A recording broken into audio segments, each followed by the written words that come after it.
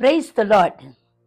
லூக்கா எழுதின சுவிசேஷம் 18ஆம் அதிகாரம் 1ஆம் வசனம் இப்படியாய் சொல்லுகிறது, சோர்ந்து போகாமல் எப்பொழுதும் ஜெபம் பண்ண வேண்டும் என்பதை குறித்து அவர்களுக்கு அவர் ஓமையை சொன்னார். அருமையான தெய்வ ஜனமே, ஜெபத்துல நிறைய சோர்வு வரும். ஜெபம்ல உட்கார்ந்தாலே சில பேருக்கு இந்த கெட்ட ஆவின்னு ஒன்று வந்துகிட்டு இருக்கோம். தூக்கம் வரும், நிறைய காரியங்கள் நடக்கும். ஆனால் ஜெபம் என்பது மிகவும் ஒரு வலிமையான ஆயுதம், சத்துருக்களை முறியடிக்கிற ஒரு ஆயுதம். நம்முடைய எல்லா விதமான பதில்களையும் பெற்றுத்தருகிற ஒரு ஆயுதம் அது. அதில் நம்ம சோர்ந்து போகவே முடியாது. ஆகையினாலே இந்த இடத்துல அவர் சொல்றாரு, ஒரு ஓமையை சொல்லுகிறார். என்ன சொல்றாருன்னா, யாருக்குமே அடி பண்ணியாத ஒரு நியாயாதிபதி ஒருத்தன் இருந்தான்.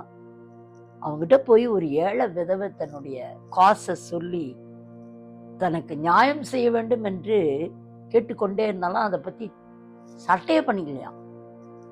நீண்ட நாட்கள் இது போய்கொண்டே இருந்தது. ஆனால் ஒரு நாளிலே அவனுக்கு அந்த உணர்வு வந்தது, அவளுக்கு நியாயம் செய்யணும்னு.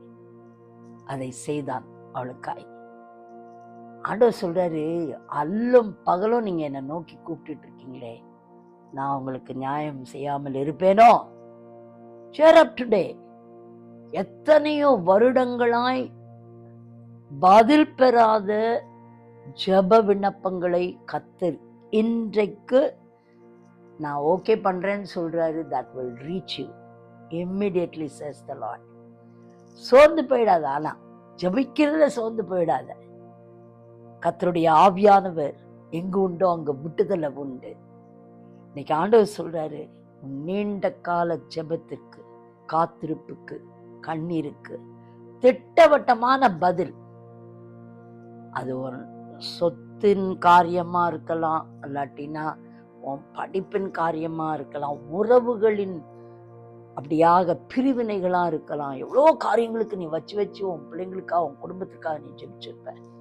But today the Lord says there is a definite answer coming. May God bless you with this prophetic word today. God bless you.